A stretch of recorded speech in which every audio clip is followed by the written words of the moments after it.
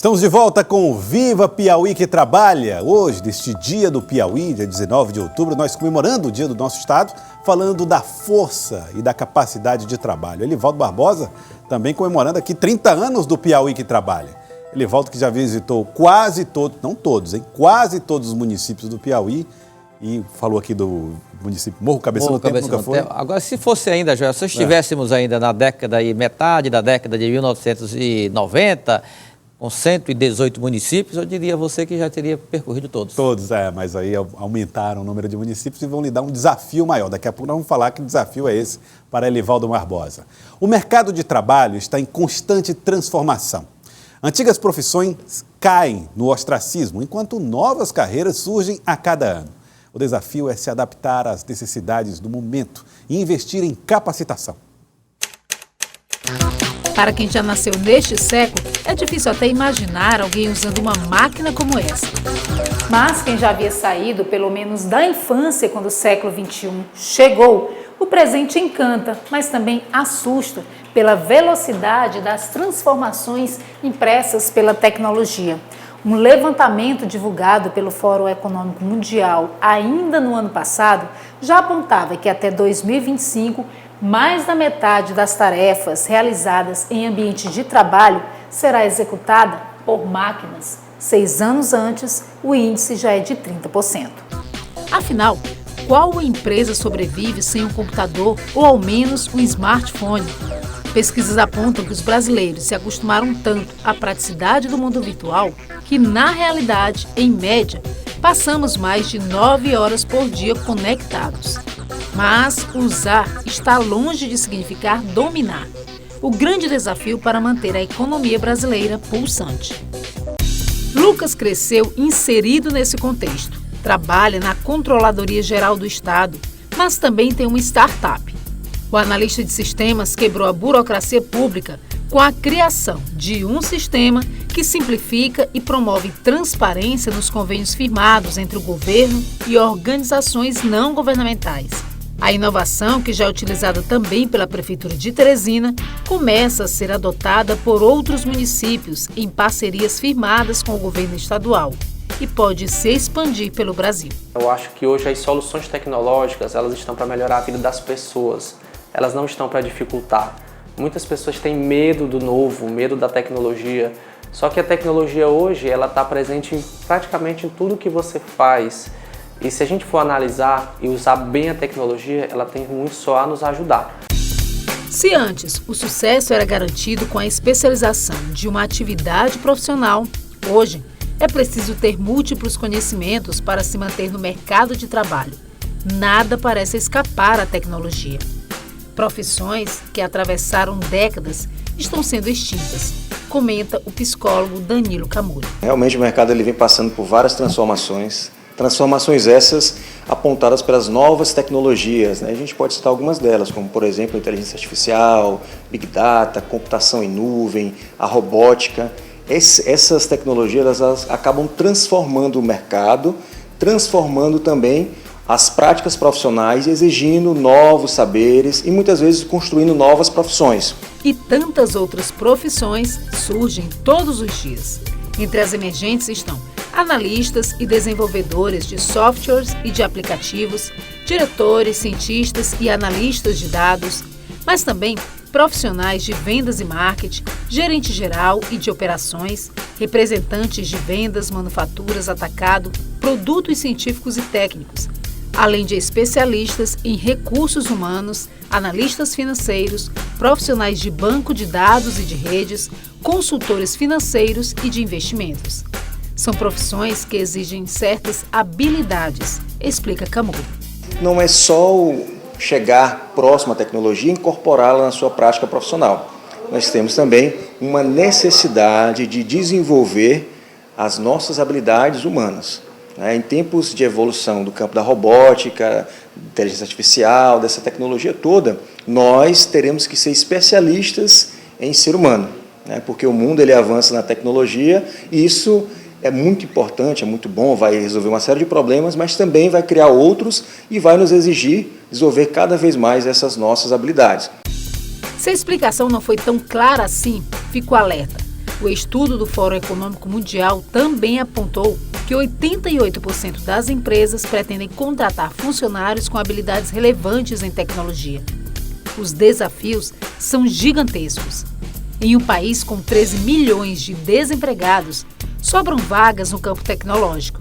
Até 2024, estima-se uma geração de 70 mil empregos por ano nesse segmento, metade não preenchida, já que as universidades só formam por ano cerca de 45 mil profissionais da área. Os profissionais que vêm de uma outra função que não envolvem tecnologia ou que têm trabalhos extremamente repetitivos, né, e fica aí o convite, né, para um aperfeiçoamento, para pensar estrategicamente na sua carreira, entender esse novo cenário que está por vir, né, e chegar próximo, né, dessas tecnologias, entender como elas estão impactando, né? Então isso é um ponto onde esses profissionais eles precisam se apropriar dessa tecnologia e criar melhores estratégias. A saída é embarcar no próximo voo rumo à imensidão de possibilidades. Foi o que fez Bernardo. Com uma profissão que escava o passado mais remoto, o arqueólogo sentiu a necessidade de se requalificar. E, claro, foi a tecnologia que começou a expandir os horizontes.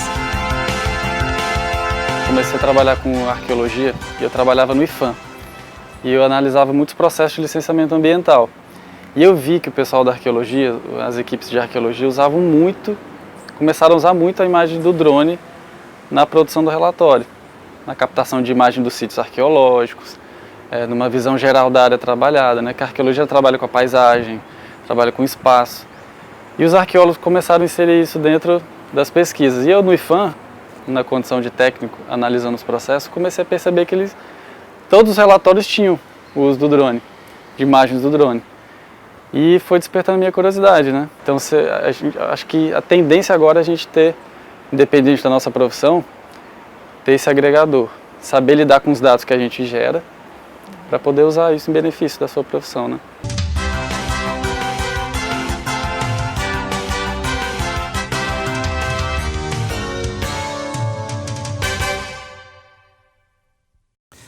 Elivaldo, essa realidade, ela mostra uma necessidade, a de qualificação. Precisamos estar sempre prontos para a profissão do amanhã. E em sintonia com essa realidade, Joelson, levando principalmente em conta inovação tecnológica. E aí são inúmeras as oportunidades que surgem no mercado de trabalho. Pois é, Elivaldo, e não para por aí, porque o acesso à informação tem aumentado. Que a internet mudou o mundo, ninguém duvida. E que ela transformou as relações de trabalho, também não é segredo para ninguém. O que muitos não imaginam é que a gente pode chamar de a revolução dos pequenos. As PPPs, prestadoras de pequeno porte, já são juntas uma das maiores operadoras de internet do país, investindo onde as grandes empresas não têm interesse. Os pequenos provedores aproximam as mais distantes comunidades rurais dos grandes centros. Muitos piauienses não têm nem telefone, nem saneamento, mas estão conectados na rede mundial de computadores. Elivaldo, nessas viagens que você fez ao longo de 30 anos, em quantos municípios você já chegou e que não tinha internet, que não tinha acesso fácil à comunicação? Eu diria que nem telefone tinha, né, Joelson? Às vezes o acesso era complicado. O acesso à informação era através de um radinho de pilha AM e pronto. Agora, essa realidade começa a mudar completamente graças a esses investimentos. E a internet, a conexão tem se revelado como uma importante ferramenta nesse progresso. Se você não acredita, acompanhe na reportagem. Alguns toques e Milene encontrou as informações que precisava para o trabalho escolar. Eu considero assim que é bom, porque, por exemplo, eu não sei uma questão, eu vou e procuro lá e aparece o resumo para a pessoa pesquisar. Tipo assim, se você pesquisar alguma coisa sobre a escola, você vai encontrar. Se você não saber de alguma coisa, a dúvida é o Google. Ter acesso a fontes de pesquisa digitais, por aqui é uma novidade. A escola pública fica no povoado Santa Teresa, a 80 quilômetros de Acauã, sertão do Piauí. 5 anos atrás, a comunidade de aproximadamente 120 pessoas só interagia com o mundo afora através de telefone rural. Eu imagino, né, que antes a gente não tinha o acesso à internet, aos meios tecnológicos. A gente era privado apenas do livro, não tinha meios, recursos para recorrer, era apenas o livro, né? O que estava ali a gente repassava. Hoje não, tem outras fontes, a gente pode pesquisar, está divulgando novas pesquisas, novos pontos de vista de autores diferentes, né? Antes da internet a gente não tinha a nossa fonte de pesquisa, eram dos livros didáticos, né? Hoje a gente já tem essa ferramenta que já nos auxilia bastante. Eu, como gestora, né, da escola, já ajuda na comunicação com os gestores, os dirigentes municipais, né? A gente está sempre questão de relatórios, né, a comunicação a respeito da merenda, mudou bastante. Hoje, todos os prédios públicos no povoado têm internet. A banda larga ao alcance de todo morador. Uma revolução que atinge as relações comerciais. Fabrício dispensou o catálogo impresso para apresentar o trabalho como tatuador. Faz tudo pelas redes sociais.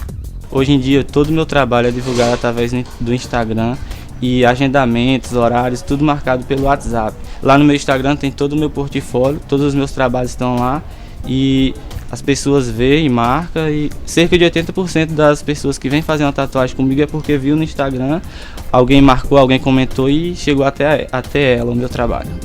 Comunidades que ainda aguardam serviços triviais como saneamento básico estão inseridas na rede mundial de computadores. O grande responsável por tirar essa fatia da população do isolamento é o próprio piauiense. É cada vez maior o número de provedores locais de internet em operação. Eles chegam oferecendo serviço de qualidade a custo acessível, onde os gigantes da telecomunicação não querem ir. Sempre aparece um voluntário da comunidade, né, que tem interesse maior pelo serviço, e aí ele nos procura, a gente vai até a localidade e faz um apanhado, faz um estudo, sai mapeando as casas, né, vendo quem são as pessoas interessadas, e a gente começa a fazer um estudo de viabilidade técnica para ver um ponto estratégico para poder a gente conseguir instalar uma torre no local para atender a comunidade, né. Hernandes enxergou na escassez uma oportunidade de investir e prosperar. A dificuldade de comunicação no povoado Pipocas, zona rural de Acauã, onde a esposa trabalhava, foi o start. Muitas e muitas coisas mudou. Tem mais facilidade para falar com a pessoa, tem facilidade para várias coisas, até para lidar com o comércio. Sempre a gente tinha que ir para o posto fiscal, para o orelhão. Péssimo, porque o barulho do carro não deixava a gente falar, ouvir as pessoas direito, tinha horas que não se conseguia ligar. Minha esposa veio trabalhar aqui como digitadora e eu passava boa parte do tempo assim, ocioso, esperando ela sair do trabalho para levar ela de volta para a cidade onde morava, em Acauã, né? Então, durante esse tempo que eu fiquei aqui, eu percebi a grande necessidade dos motoristas que paravam na fronteira, né, no posto fiscal, para se comunicar com as empresas, né? Vi a necessidade também das pessoas da comunidade tentando se comunicar com familiares que moravam fora, né? Então eu fui conseguir trazer uma lan house para a localidade, lan house e posto telefônico. Então foi aí que eu comecei a atender os caminhoneiros, atender o pessoal da comunidade. Depois as pessoas começaram a querer internet nas suas casas e aí a gente começou a atender os pessoal da comunidade também nas casas. A Lan House se transformou num provedor que atende 1.200 clientes, espalhados em 5 cidades da região. A maioria dos contratos é de moradores da zona rural. A empresa gera 9 empregos diretos, mão de obra local. É minha segunda casa aqui, é minha família, é tudo. Relatório da Agência Nacional de Telecomunicações, a Anatel, revela um boom das chamadas prestadoras de pequeno porte. Há pelo menos 5 delas em 78% dos municípios brasileiros. Em 2018, essas empresas atingiram a 3ª maior fatia do mercado nacional de internet rápida, crescendo a taxas maiores do que as grandes operadoras da telecomunicação. O Piauí segue a tendência nacional. Os provedores de acesso à banda larga, né, que são os PPPs, eles têm um crescimento muito grande dentro do estado do Piauí. Se você for parar para analisar, cada cidade aí do Piauí deve ter no mínimo 2 provedores levando internet banda larga a cidades que não tem nem infraestrutura, e esses provedores fazem muito bem esse papel, né? Conectar pessoas à rede mundial de computadores. A gente sabe que a internet é importante, né? Melhora o IDH, consegue fazer com que as pessoas tenham acesso a mais informação, e os provedores, eles fazem esse papel, né? Que as operadoras não fazem, de levar a banda larga aos lugares mais remotos do estado do Piauí.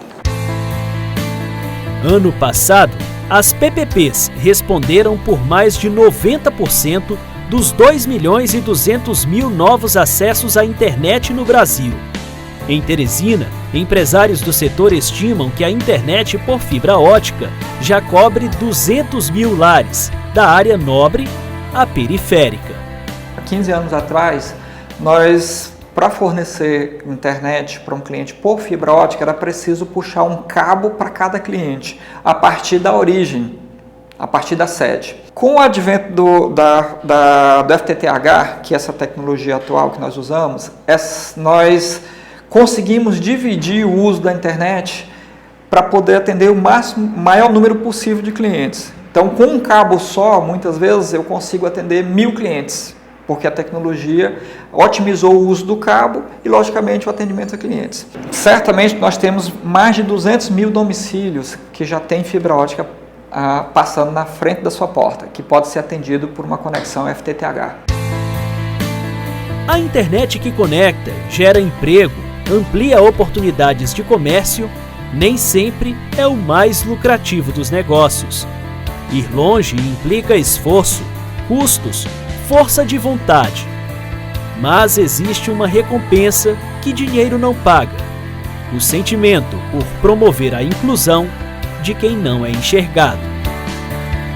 A gratidão é muito grande, né? Porque a gente vê assim, o sorriso no rosto das pessoas, é muito gratificante, é uma coisa assim que mexe muito com o meu emocional.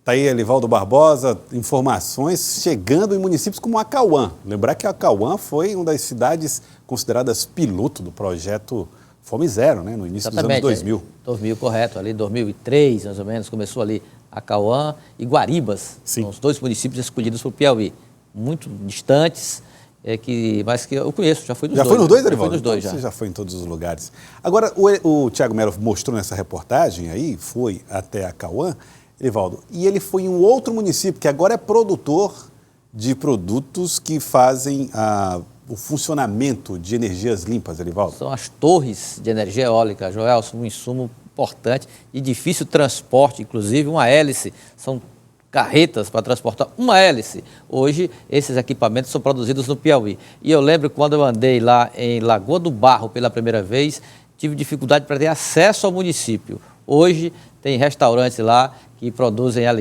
que processam alimentos para mais de 1.000 pessoas. Imagine, Elivaldo Barbosa, o quanto de transformação nesses 30 anos não sofreu Lagoa do Barro. Thiago Melo mostra para nós. Uma terra historicamente castigada pela seca, conduzida pelo vento a um novo tempo. Lagoa do Barro, a 540 quilômetros de Teresina, abriga o primeiro complexo eólico da região sudeste do Piauí. Inaugurado em dezembro de 2018, o empreendimento leva o nome da cidade. São 65 aerogeradores agrupados em 8 parques. Cada torre gera até 3 megawatts de energia, capacidade total 195 megawatts. Uma rede de 77 quilômetros leva a energia produzida até essa subestação dentro do parque, onde ela é transformada em alta tensão e segue para São João do Piauí, para se integrar ao Sistema Interligado Nacional. O processo é criteriosamente monitorado com equipamentos de ponta. O controle fica no Paraná. O vento constante e estável do Piauí surpreende.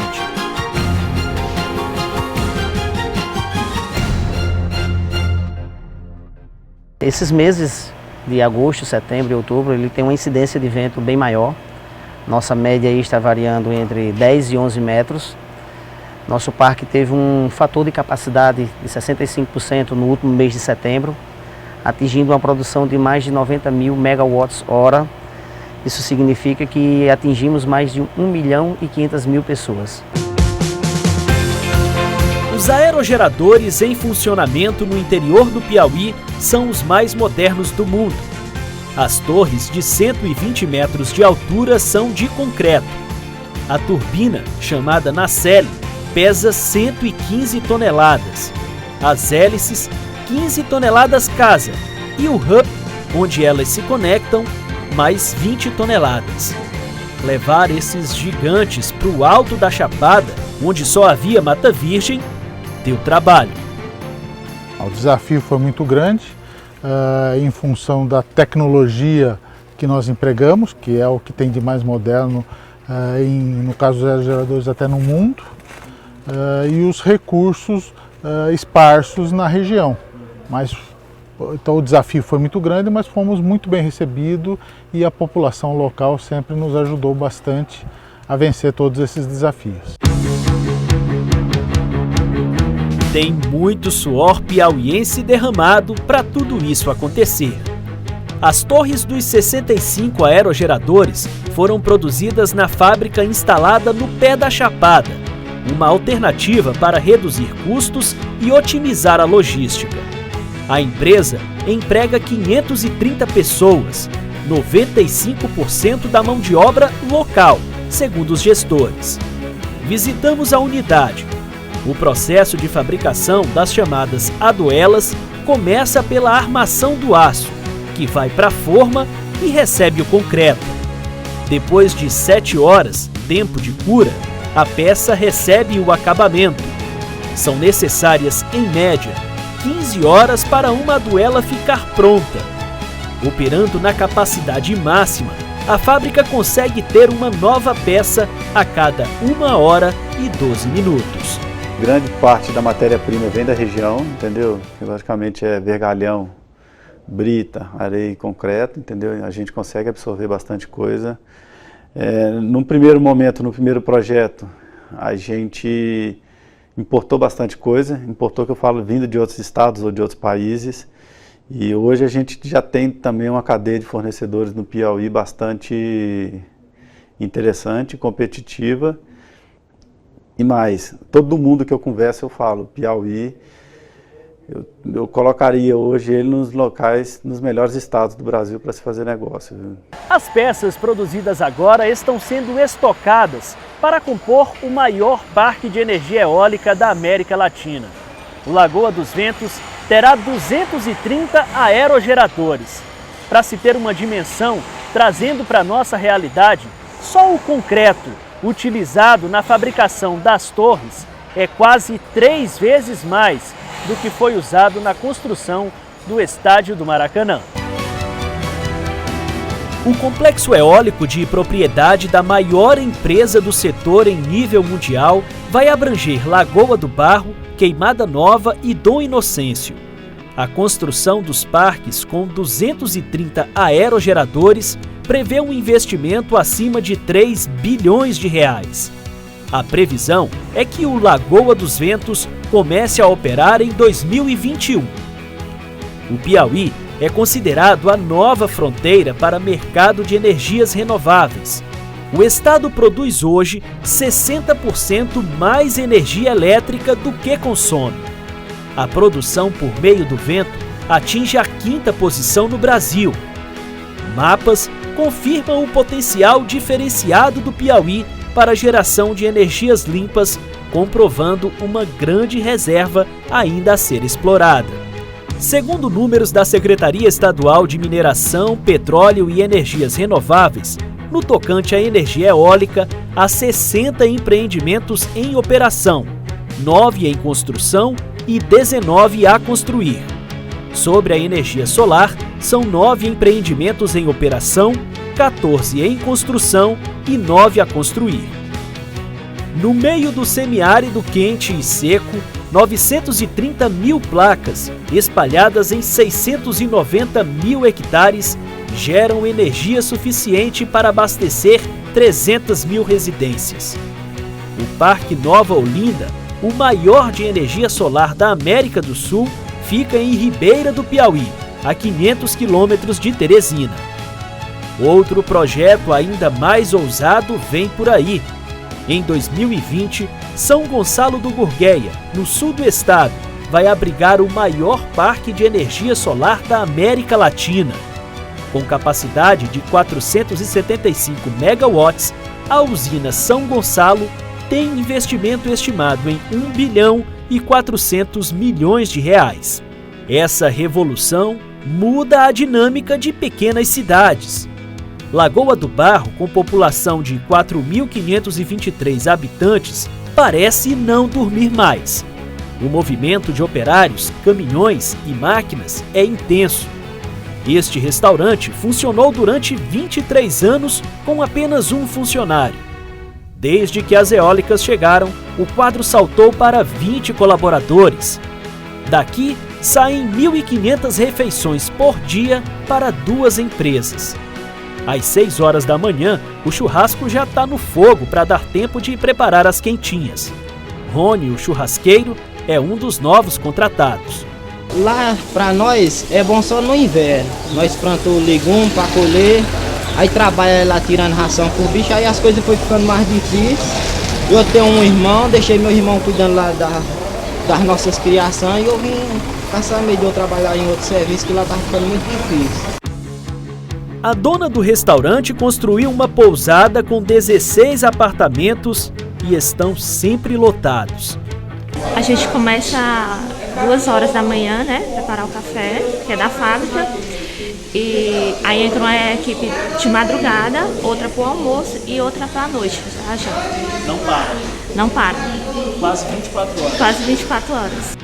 A população local não é suficiente para preencher os postos de trabalho gerados pelas empresas envolvidas na cadeia da energia limpa. Edmar largou a roça em Campo Alegre do Fidalgo, a 45 quilômetros de Lagoa do Barro, para trabalhar como sinalizador de tráfego. Está ganhando R$ 1.300, fora as horas extras. Muito bom, porque a gente trabalha perto de casa, vai para casa todo final de semana. É um grande desenvolvimento para essas cidades aqui do Nordeste. Aos 64 anos, seu José, pedreiro, já não tinha expectativas de voltar a trabalhar de carteira assinada. Ele foi contratado há 1 mês e renova a esperança de completar o tempo de serviço para se aposentar. Uma grande oportunidade que a gente pega na vida. Eu acho que é Deus que põe. O senhor não esperava mais? Não, eu tenho 64 anos, rapaz. Quem vai dar uma oportunidade com uma pessoa com 64 anos? É difícil. O senhor está feliz com isso?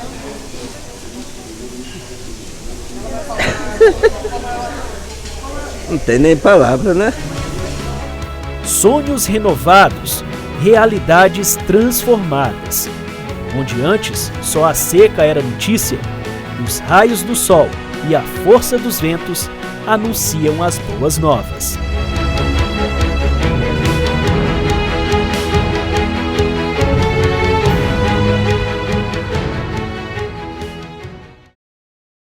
Tá aí, Elivaldo Barbosa. É outro município, é outra história, né? Correto. Hoje é um município integrado ali, a região de São João do Piauí, apesar da distância, mas já pertenceu a São João do Piauí. E hoje, Lagoa do Barro é um município aí que tem sua economia pautada na energia limpa e através da produção de grandes equipamentos que tem ainda um grande terreno aí a cumprir no seu desenvolvimento. Mas ao longo do programa, Elivaldo Barbosa, nós falamos a respeito dos municípios que você ainda não visitou no Piauí.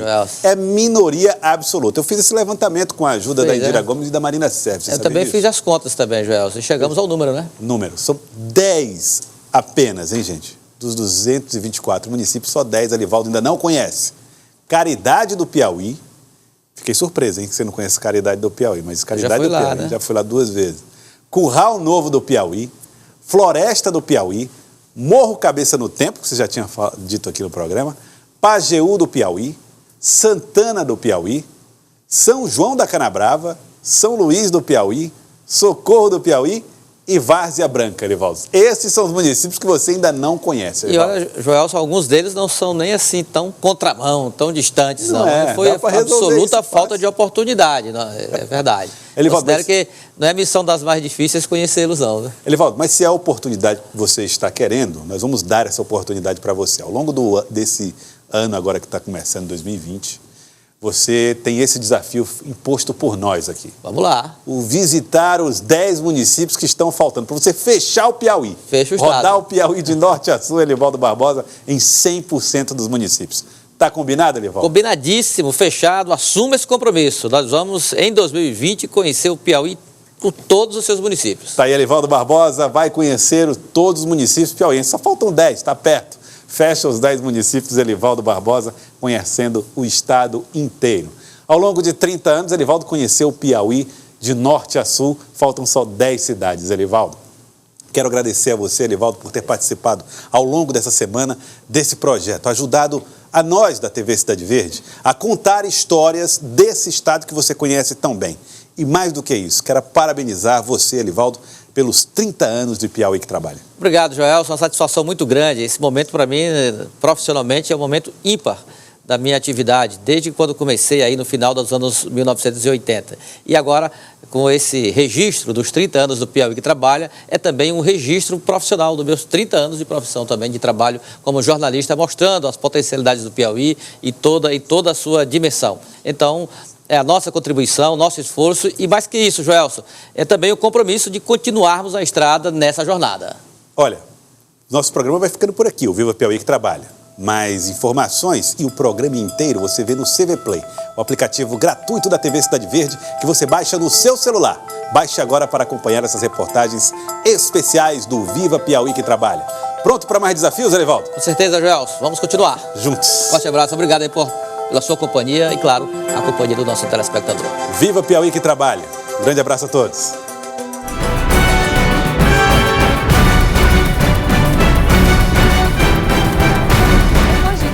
As peças produzidas no local onde estamos agora. Esse é o único investimento tão importante quanto a quantidade.